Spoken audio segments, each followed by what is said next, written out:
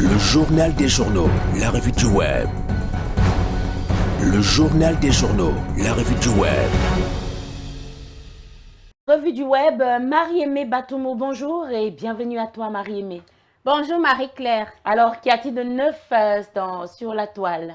L'adultère est à la une.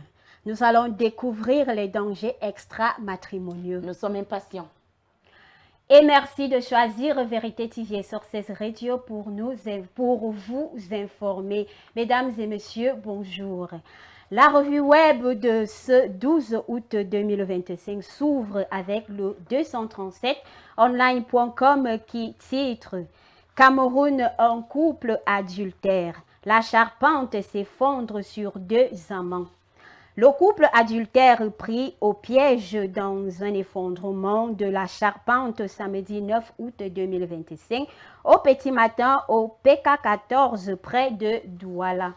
Rose Mireille, 32 ans, et Léopold Martial, 39 ans, puisqu'il s'agit d'eux, ont été retrouvés gravement blessés dans leur lit conjugal clandestin.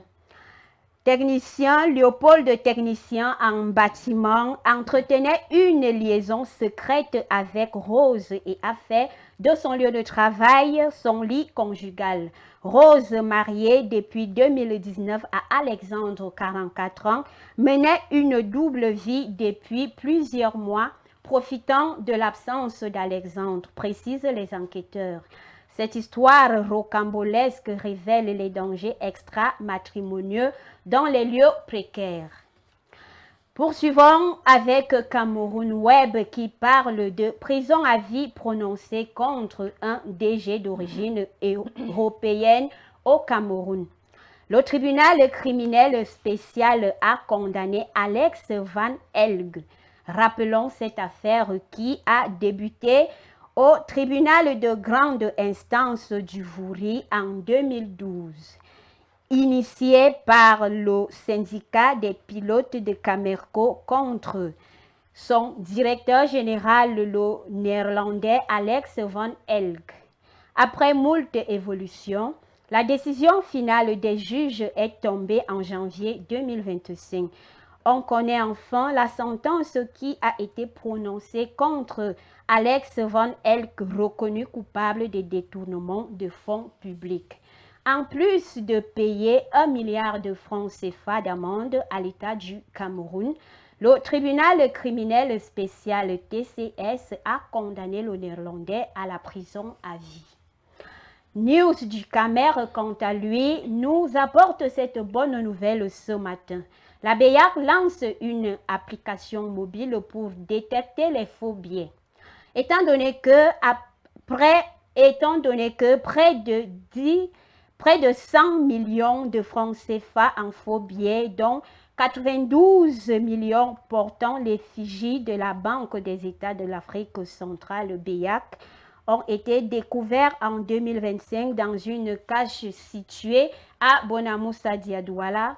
Face à l'ampleur du phénomène qui prend également de l'ampleur dans plusieurs grandes villes, la zone CEMAC et la BEAC ont réagi.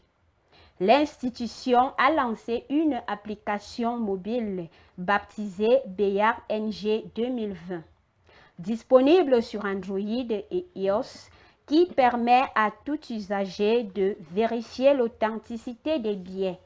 Fonctionnant à l'aide de la caméra du smartphone, l'application scanne les billets, analyse leurs éléments de sécurité, hologrammes, filigrane, microtexte et bien d'autres capacités. En cas d'incohérence, un message d'alerte s'affiche instantanément. Elle contient également une galerie explicative.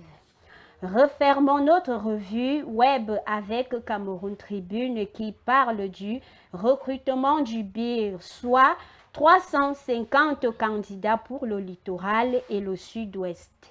Le gouverneur de la région du littoral, Samuel Dieudonné Iva Dibois, et son état-major étaient à l'arrivée de la course à pied de 20 km avec la charge de 20 kg sur le dos des postulants.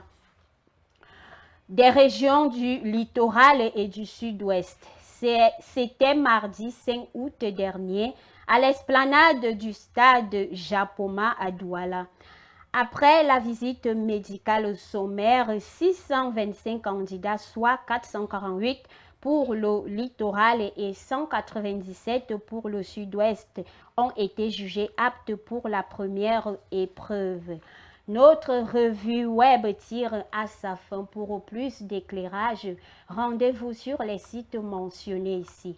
Un nouveau jour, de nouveaux défis, plus de prudence, les temps sont mauvais. Restez avec Marie-Claire pour la suite du journal. Marie-Claire, c'est tout pour ce matin. Merci Marie-Aimée Batoumou.